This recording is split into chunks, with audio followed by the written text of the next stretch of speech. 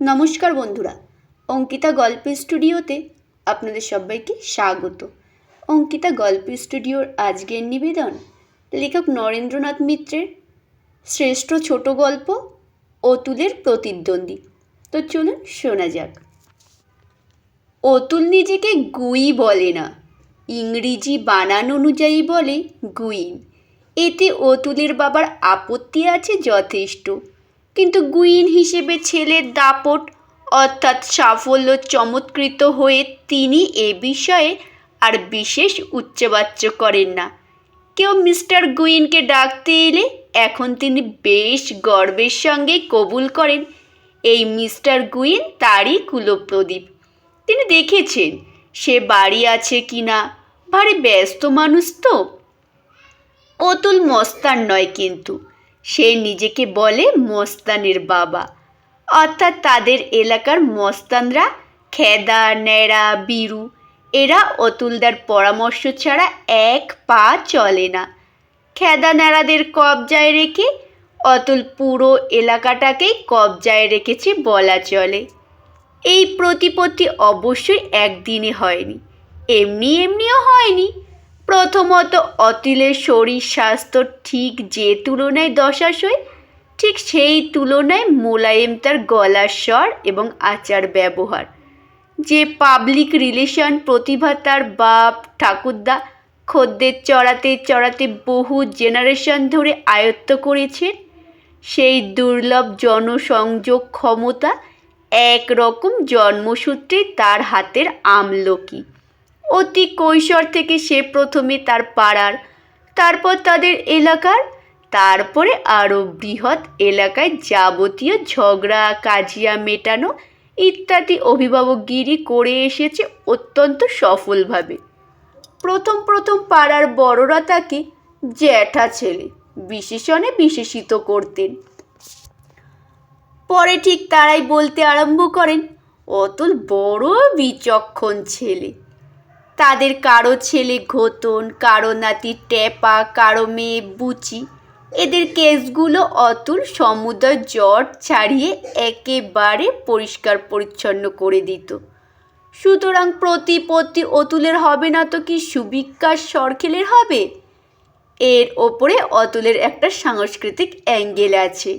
সে science graduate তো বটেই, উপরন্ত গান করতে পারে, বক্তৃতা করতে পারে, এমনকি কলমের জোরও তার আছে। বিশাল কালী পুজো এবং সরস্বতী পুজো হয় তাদের পাড়ায়। দুটি পুজোরই জাঁকজমক এবং পরবর্তী সাংস্কৃতিক উৎসব সুজি আপনার আমার চোখ টেরা করে দেবার মতো। 20 ফুট কালী প্রতিমা বিসর্জনের সময় অতুল যখন তার প্রকাণ্ড সাদা কপাল তিল সেঁদুরে চর্চিত করে, সিল্কের পাঞ্জাবির মধ্য দিয়ে লাল রোমস বক্ষপট বিদ্যুৎ চমকের মতো দেখাতে দেখাতে শার্দুল বিকৃত ছন্দে চলে, এবং তাকে কেন্দ্র করে খেদা, ন্যাড়া, বীরু ও সম্প্রদায় প্রবল বিক্রমে স্টাম্প মারা বিসর্জনী নাচ নাচতে নাচতে তার সঙ্গ নেয়, তখন 20 ফুটি কালী প্রতিমায় পূজ্য ছিলেন না হলুদ সিল্কের অতুল কৃষ্ণের সত্যিকারের পূজ্যপাদ্য ছিল বোঝা শক্ত হয়ে ওঠে। তবে কোনো মানুষের পক্ষেই সব মানুষের মন রাখা সম্ভব নয়। জনপ্রিয়তার 32 পার্টি হো হো হাসির মাঝের মধ্যে দুই একটা ফোকলা দাঁতের ফাঁকি থেকেই যায়। কিছু হিংসুটে মানুষ বিসর্জনী মিছিলে সিল্কের বুক খোলা পাঞ্জাবি পরিহিত অতুল কৃষ্ণকে পুতুল কৃষ্ণ, বিপুল কৃষ্ণ ইত্যাদি বিকৃত নামে ডেকে নিজের মধ্যে মজা পেয়ে থাকে।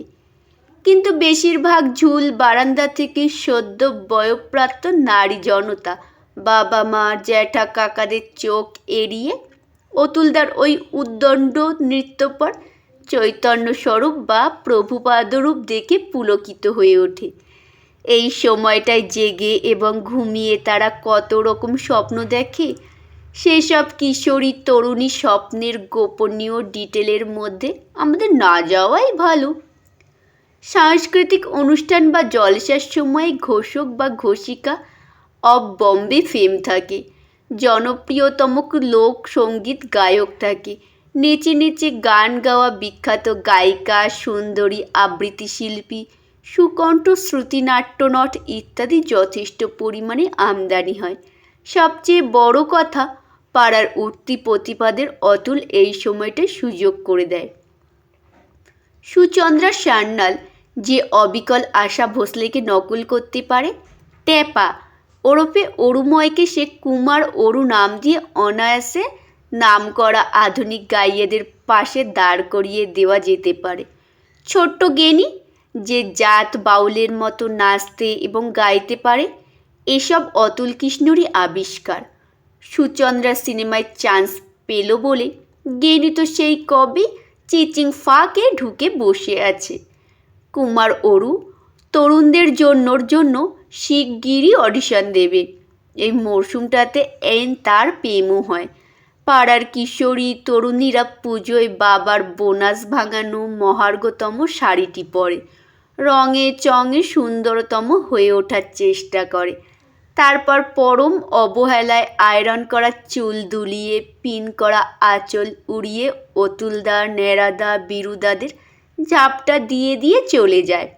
মতামতের আদান প্রদান হয়, জলসার নানা কাজে ভার পায় এরা। আর্টিস্টদের মনোরঞ্জন, খাবার দাবার এগিয়ে দেওয়া, অটোগ্রাফের খাতা দফায় দফায় সই করানো, পেল্লায় দায়িত্ব সেসব। এবং এই সব চলতে চলতে আঙুলে আঙুল ঠেকে কাঁধে কাঁধ, শাড়ির আঁচল খসে কোমরের রুমাল থেকে উৎকট সুগন্ধ বার হতে থাকে। পাট ভাঙা কাগজের পোশাকের মতো করকরে পাজামা পাঞ্জাবি, পেখম ধরা ঘাড়ে কেয়ারি চুল, 2 আঙুলের ফাঁকে পৌরুষ ব্যঞ্জক সিগারেট। অতুলদা তখন আর চোখে কার দিকে চাইল রে? রূপার দিকে?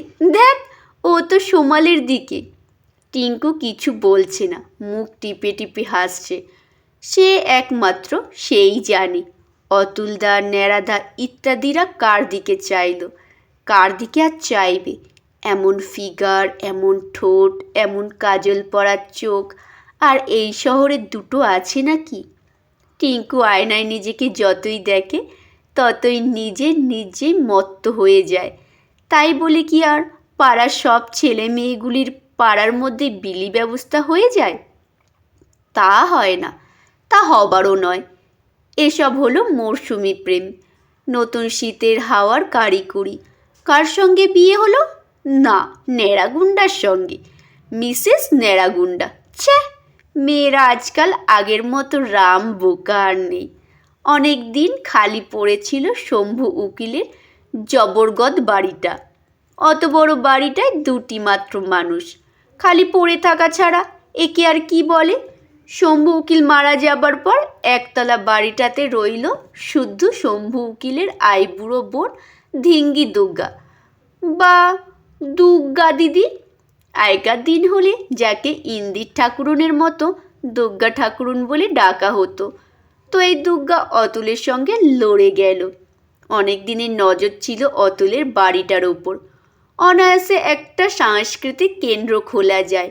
বিঘেখানিক জমির ওপর এক টেরে একতলা, 4-5খানা বড়সড় ঘর, লাইব্রেরি, ইনডোর গেমস, আড্ডা বা অফিস ঘর সব এক ছাদের তলায় হতে পারবে।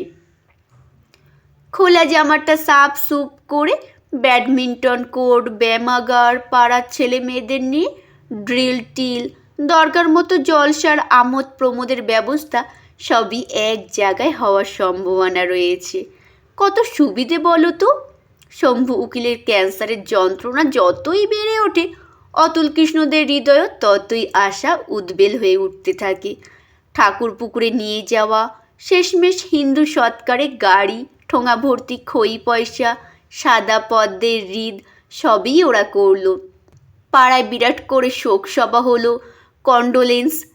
শম্ভু উকিল যে কত বড় মহামানব ছিলেন, শ্রী অরবিন্দ, বিবেকানন্দ, চিত্তরঞ্জনের মতো গুপ্তযোগী, দেশপ্রেম, মহাপ্রাণ, সেই সব কথা জ্বালাময়ী ভাষায় অতুল সবাইকে বুঝিয়ে দিল। অনেকেরই চোখে জল, কারো রুমাল ভিজে সপ করছে, কেউ থাকতে না পেরে ফুপিয়ে কেঁদে ফেলেছে। খালি দুগ্গা মুখ বেঁকিয়ে পানের পিক ফেলে বলল, ডং, বক্তিমে শুনে আর হেসে বাঁচি নেই। সুতরাং দুর্গার হাত থেকে শম্ভু উকিলের বাড়িটা চটপট উদ্ধার করা আর হয়ে উঠল না। শম্ভু উকিলকেও মরণোত্তর পল্লীরত্ন কি দানবীর উপাধি দেওয়া গেল না। দুর্গারক্ষিত আবার আরেকটি কর্ম করল। এক ঘর ভাড়াটা এনে বসালে। অতুল কত করে বোঝালে, আজকালকার দিনে সব আইন ভাড়াটেদের পক্ষে। ভাড়া বসানো আর খাল কেটে কুমির আনার মধ্যে কোনো তফাৎ নেই। ওই ভাড়াটে দুর্গা দিদি শেষ পর্যন্ত ওঠাতে পারবে না। এই বাজারে লাখ লাখ টাকার জমি দুর্গা দিদির হাতছাড়া হয়ে যাবে। দুর্গারক্ষিতের ওই একই কথা, তোদের গব্বে যাওয়ার চেয়ে বড় ভাড়াটেতেই গিলুক। তোরা আমাকে দূর করে দিবি, ছুঁচয়ে ঢুকে ফাল করে বেরোবি, তাস পিটে ঠাসা পিটে হল্লা করে নরক গুলজার করে তুলবি। তার চেয়ে ভদ্রনোক তার পুত পরিবার নিয়ে শান্তিতে থাকুক, নিজের ঠেয়ে নিজের মতো। অকাল কুষ্মাণ্ডর দল, তোদের তাতে কি? দাদা নেই, আমার এখন নিজের খরচ খরচা নিজেরই চালাতে হবে, বুঝলি? যা যা এবার পালা এখান থেকে। অতুল যাদের দাঁতে কাকরের মতো ফুটে থাকে সন্দেহ নেই দুর্গারক্ষী তাদেরই একজন। ভাড়া তো হলো। ঝাঁকড়া চুল, মোটা চশমা পরা ধারালো চেহারার এক যুবক, তার পেছন পেছন মেরুদণ্ড সিধে এক বিনুনি করা এক রোগা যুবতী এবং প্রায় দুটি এক সাইজের ভারী ভুরি বাচ্চা এক টেম্পো মাল নিয়ে এসে নামলো। 2-4 দিনের মধ্যেই শুনতে পাওয়া গেল এ ভদ্রলোক যে সে নয়, উদীয়মান কবি আর্য শরণ ঘোষ। কবি আর্য ঘোষের আবার প্রধান বৈশিষ্ট্য সে নাকি লড়াকু মানুষ। শুধু পদ্যই লেখেন না, নানা রকম সমাজসেবামূলক কাজকর্ম করে থাকে। যুবতী তার স্ত্রী নয়, বোন। আর্য ঘোষ আসবার কয়েক মাসের মধ্যে শম্ভু উকিলের বাড়ির সংলগ্ন জমির চেহারা ফিরতে লাগলো। ওরা নাকি ফুল ভালোবাসে। মাথা ভর্তি ঝাঁকড়া ঝাঁকড়া চুল নিয়ে আর্যশরণ আর তার বোন যখন চুবড়ির মতো ডালিয়া আর চন্দ্রমল্লিকার দেখাশোনা করে, 5 রকমের জবা আর 7 রকমের গোলাপ গাছের সার দেয়, তখন কাছাকাছি ঝুল বারান্দায় উকিঝুঁকি চলে। রূপা বলে, ফ্যানটা বল টিঙ্কু। টিঙ্কু বলে, কোনগুলো? ডালিয়া না ক্রিসেন্থিমাম নাকি গ্লাডোলাস? রূপা মুচকি হেসে বলে, তোর মাথা। টিঙ্কু বলে, আই সি। দুজনেই দুজনকে বোঝার মজায় হাসতে হাসতে ভিতরে ঢুকে যায়। সেবার কালী পুজোর ফাংশানে সভাপতি করা হলো আর্য শরণ ঘোষকে। অতুলই করল। অতুল বড় উদার চরিত্রের ছেলে, একথা বলতেই হবে। সে গুণের আদর করতে জানে, তাই সেই সভার সভাপতির ভাষণ এলাকাকে কাঁপিয়ে দিল। সে কি কবিতা না, জ্বলন্ত ফুলঝুরির মতো শব্দঝুরি। সে কি উপদেশ না, অনুপ্রেরণা। পাড়ার লোক ঠিকমতো বুঝে উঠতে পারল না, কিন্তু তারা একেবারে বোল্ড হয়ে গেল। এই রকম অপরূপ করে যে কেউ শক্তি পুজোর ব্যাখ্যা করতে পারে, এমন কাব্যময় ভাষায় অনর্গল বলে যেতে পারে, কাউকে মুহূর্তের জন্য বোর না করে, বলবার সময় কারোর চেহারায় যে এমন প্রদীপ্ত মশালের মতো হয়ে উঠতে পারে, এলাকার লোকের অভিজ্ঞতার মধ্যে এসব ছিল না। সেবার কালী পুজোয় যা হবার হয়ে গিয়েছিল। সরস্বতী পুজো হলো একেবারে অন্যরকম। স্থানীয় আর্টিস্ট সুকেশ মিত্তিরকে দিয়ে কাগজের প্রতিমা হলো, বাসন্তী রঙের মণ্ডপ হলো, পলাশ গাদায় ছেয়ে গেল বেদি, আলপনা হলো মনে রাখবার মতো, পুষ্পাঞ্জলি দিতে এলো দফায় দফায় সব্বাই। শরৎ সেতার বাছা বাছা গান এবং সন্তোষ ছাড়া আর কিছু বাজল না, তাও মৃদুস্বরে।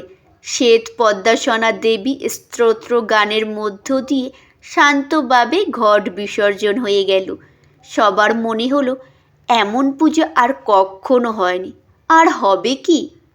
পাড়ার সাংস্কৃতিক কমিটির চেয়ারম্যান অতুল কৃষ্ণ, তাই বলে স্থায়ী নয়, একেবারে গণতান্ত্রিক উপায়ে সবাইকার মতামত নিয়ে ব্যাপারটা হয়। তবু জানা কথায় অতুলই প্রেসিডেন্ট হবে। এবার আশ্চর্যের বিষয়, পাড়ার কিছু মাতব্বর ব্যক্তি বললেন, আর্যকে করা হোক না কেন, ছেলেটার এলেম আছে। ততোধিক আশ্চর্যের বিষয়, ন্যাড়া, মস্তান ন্যাড়া, অতুলদার ডান হাত ন্যাড়া, যাকে বেপাড়ায় ন্যাড়া গুন্ডা বলে উল্লেখ করা হয়, সেই ন্যাড়া এতে সায় দিল। সত্যি তো অতুলদা কদ্দিক সামলাবে, তবে হ্যাঁ, ঝামেলা পোয়াতে হয় সেক্রেটারিকে, আর্যদা না হয় সেক্রেটারি হোক। অতুলদা যেমন প্রেসিডেন্ট ছিল, প্রেসিডেন্ট থাক। সর্বসম্মতিক্রমে প্রস্তাবটি পাশ হয়ে গেল। ক্লাবের খাতা পত্তর, বিল, বই, অডিট রিপোর্ট, সুভেনির এভরিথিং চলে গেল আর্যসরণের খপ্পরে। সমস্ত ঘটনাটার পর ন্যাড়াকে ডেকে রক্ত চোখে অতুল বলল, এরপর ফের অতুলদা আজকে একটু মাল খাও বলিস, বলতে আসিস। ন্যাড়া অবাক হয়ে বলল, যার ছেলে, তুমিই তো প্রেসিডেন্ট, মানে সব্বে সব্বার রইলে, আর্যদা খালি কেটে মরবে। আসলে কি জানো, পাবলিক যা চায় মাঝে মধ্যে তা দিতে হয়, নইলে শালার ডেমোক্রেসি মচকে যাবে, পাবলিকও খচে যাবে। রূপা টিঙ্কুরাও আর্যদাকে চাইছে, দাও না চান্স একবার মাইরি।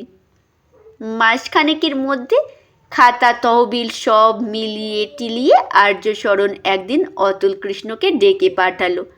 বেশ সুগন্ধি চা খেতে খেতে খাওয়াতে খাওয়াতে বলল, আচ্ছা অতুল, তুমি কি করো?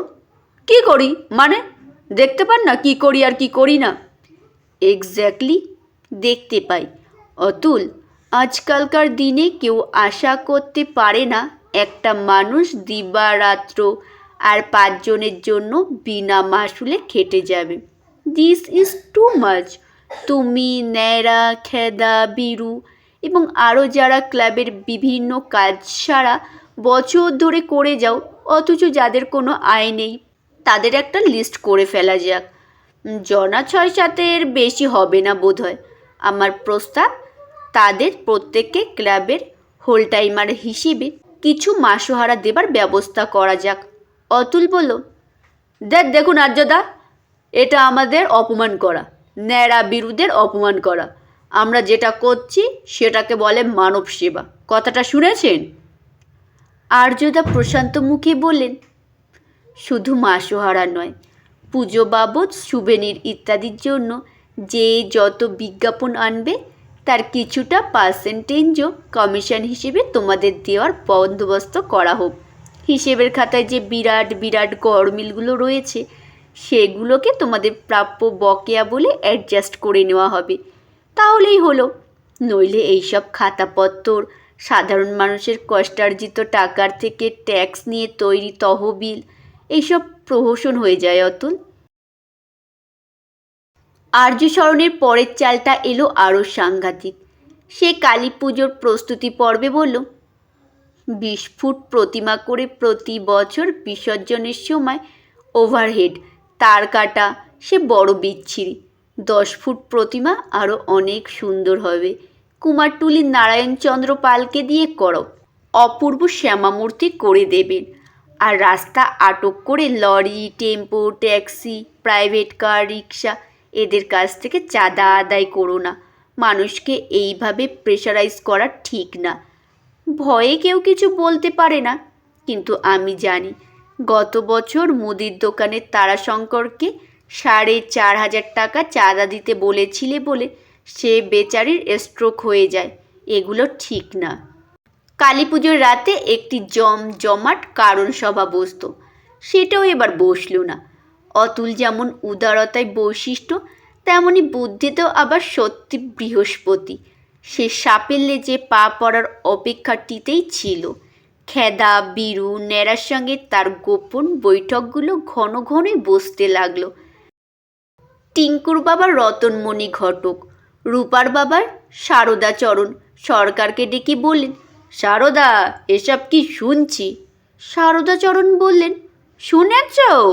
তুমিও শুনেছ তাহলে? ছোকরা ভদ্রলোকের মতন তাকে। রতনমণি বললেন, শুনবো না মানে? পরস্ত্রী ফুসলিয়ে এনে বন সাজিয়ে সবার চোখের ওপর বাস করবে, আর শুনবো না?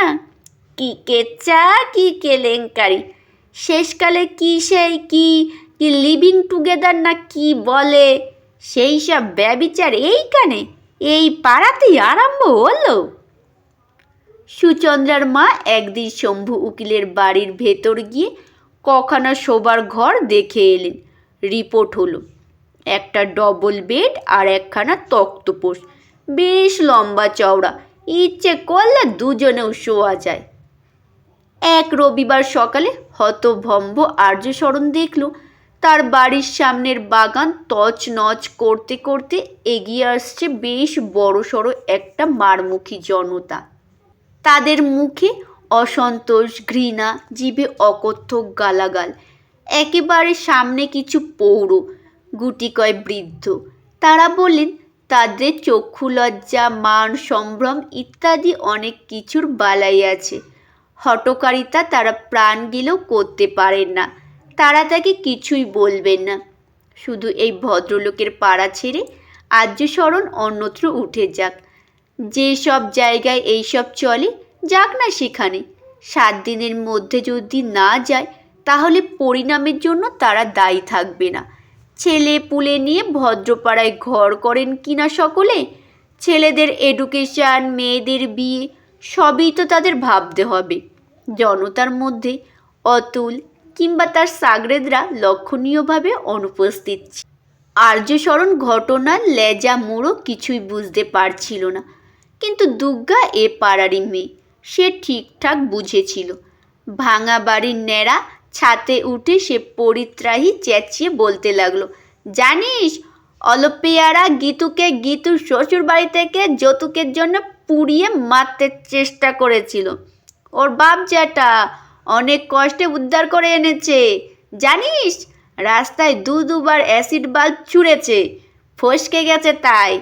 আর্য ওর পিসির দেওর, যদি বিপদের সময়ে মেয়েটাকে আশ্রয় দিয়ে থাকে তো বেশ করেছে, খুব করেছে। ডাইভোর্স মামলা হয়ে গেলে যদি ওকে বিয়ে করে তো বেশ করবে, খুব করবে। আমার বাড়ির মানুষ, সে কীরকম আমি জানি না, তোরা জানবি? ঘোড়ার ডিমের দল, এক্ষুনি এখান থেকে বিদায় হ। আমার সম্পত্তির ক্ষতি করেছিস। আমি শম্ভু উকিলের বোন, হরিহর উকিলের বেটি, তোদের নামে মামলা রুজু করব। ক্ষতিপূরণ দিতে তোদের বেরিয়ে যাবে। জনতা আস্তে আস্তে পিছিয়ে গেল। দুর্গা তখনও চেঁচিয়ে চলেছে, এসব ওই অতুল হতচ্ছাড়ার কাণ্ড। কালী পুজোর ফণ্ড নিয়ে সোমবৎসর নেশা ভাঙের ব্যবস্থা চলছিল, আর্য সেটি বন্ধ করেছে কি না? পরের ঘটনা খুব সংক্ষিপ্ত। কোনো জনতাকে মারমুখী করে তুলে সে যদি লক্ষ্যভ্রষ্ট হয় তো আরেকটি লক্ষ্য সে বেছে নেবে। শক্তিটার খরচ হওয়া চাই তো। জনতার মধ্যে শুধু সারদা, রতনমণির মতো পৌরই ছিল না, বেশ কিছু তাগড়া জোয়ানও ছিল যারা কুৎসিত শুনবার আগে আর্যশরণের ভক্ত হয়ে পড়েছিল। এরা ফিরে গিয়ে চাঁদমারি করে অতুলকে, আর্য এবং তার বৌদির ভাইঝি গীতা মাঝে পড়ে না থামালে অতুলকে হাসপাতালে যেতে হতো। আপাতত সে শুধু নাক আউট হয়ে ছাড়া পেল। কিন্তু আর্যশরণ দুর্গা দিদির শত অনুরোধেও, পাড়ার মাতব্বরদের হাজার ক্ষমা প্রার্থনাতেও ও পাড়ায় আর রইল না। বলল, গীতার ছোট ছোট ছেলে দুটির পক্ষে অভিজ্ঞতাটা বড় মারাত্মক হয়েছে। গীতাও মানসিক যন্ত্রণায় ভুগছে। একদিন সকালে শম্ভু উকিলের শূন্য বাড়ি যেমন হঠাৎ ভরে উঠেছিল চায়ের গন্ধ, ফুলের শোভায়, উৎসুক যুবক যুবতীদের কলকণ্ঠে, বাচ্চাদের খেলার আওয়াজে, আর একদিন সকালে তেমনই আবার পূর্ণ বাড়ি শূন্য হয়ে গেল। বাগানময় শুধু শটান শুয়ে রইল কিছু মরশুমি ফুল গাছের মৃতদেহ, পা দিয়ে মারিয়ে যাওয়া থ্যাতলানো টমেটো আর বেগুন। ঘরগুলোর মধ্যে 2-4টে ছেঁড়া পাতা, ফেলে যাওয়া খয়াটে অ্যালুমিনিয়ামের ঢাকনি, খালি শিশি বোতল, ফাটা বল আর ডাই করা খবরের কাগজ। অনেক অনেক দিন হয়ে গেছে। প্রতিভাবান অতুল তার পাড়াতে আবার আগের প্রতিষ্ঠা ফিরে পেয়েছে। যদিও কালী পুজোর সমারোহ দিন আর কখনোই সেভাবে ফেরেনি। ন্যাড়া খেদা এখন সোজাসুজি রাজনৈতিক নেতাদের মাসালম্যান। বীরু একটা বহুতলের কেয়ারটেকার। অতুল তার বাবার গয়নার দোকানে নিয়মিত বেরোচ্ছে। বেশ জমাট প্রতিপত্তিওয়ালা ভব্যযুক্ত ধনী ভদ্রলোক। বাবার আমলের রাক্ষসে তেল খাওয়া অ্যাম্বাসাডারটাকে বিদায় করে সে একটা ঝাঁ চকচকে তন্নি মারুতি ভ্যান কিনেছে, ধবধবে সাদা। বর্ধমানের ভেতর দিকে গায়ের চাষবাস দেখতে গিয়েছিল। ফেরবার সময়ে কায়তির কাছাকাছি একটা মাঠে দেখল প্রচুর ভিড় জমেছে এবং ভিড়ের মধ্য থেকে ঝাঁকড়া চুলের মধ্যে সাদা সুতোর ছড়াছড়ি এক পরিচিত চেহারার ভদ্রলোক মোটা ফ্রেমের মধ্যে অন্যমনস্ক চোখ নিয়ে বেরিয়ে আসছেন। গাড়ি থামিয়ে অতুল ওদের গিলে করা পাঞ্জাবির হাতা গুটিয়ে নেমে এলো। সে ভারী উদার স্বভাবের মানুষ। আর্যদানা, কেমন আছেন? হাসি মুখে ভদ্রলোক বলেন, আরে চেনা চেনা লাগছে খুব, প্লেস করতে পারছি না তো ঠিক। আমি অতুল, সদর বক্সির অতুল কৃষ্ণ গুইন। অতুল? অতুল কৃষ্ণ গুইন? ওহো, সেই লাইব্রেরি করতে 33,000 টাকা দিয়েছিলে না? বড় বড় চোখ করে সপ্রশংস দৃষ্টিতে তার দিকে তাকিয়ে থাকেন আর্যশরণ। আত্মগত বলতে থাকেন, টাকার অ্যামাউন্টটাই বড় কথা নয় অতুলবাবু, দেবার ইচ্ছের মূল্যটা টাকার মূল্যর থেকে অনেক বেশি। আমি আজকের পথনাটকে এটাকেই আমার থিম করেছিলাম। গ্রামের লোকে বেশ নিল, কিন্তু ভারী এনজয় করলো। দেখি আবার আমার ট্রুপের ছেলে মেয়েগুলো কোথায় গেল। আসছি। অতুল দেখল আর্যশরণ ঘোষ তাকে এবং তার সঙ্গে জড়িত সমস্ত গুরুত্বপূর্ণ ব্যক্তিগত ঘটনাবলী বেমালুম ভুলে গেছেন। নমস্কার বন্ধুরা, শেষ হলো গল্প পাঠ। কেমন হলো অবশ্যই কমেন্টে জানাতে ভুলবেন না। গল্প শোনা হয়ে গেলে একটি লাইক করবেন, শেয়ার করবেন কাছের আত্মীয় স্বজন বন্ধু বান্ধবদের কাছে। আর যেসব বন্ধুরা আমার গল্প শোনেন এখনও আমার পরিবারের সদস্য হননি, তারা আমার চ্যানেলটি সাবস্ক্রাইব করে পাশে থাকা বেল আইকনটি প্রেস করে আমার পরিবারের সদস্য হওয়ার অনুরোধ রইল।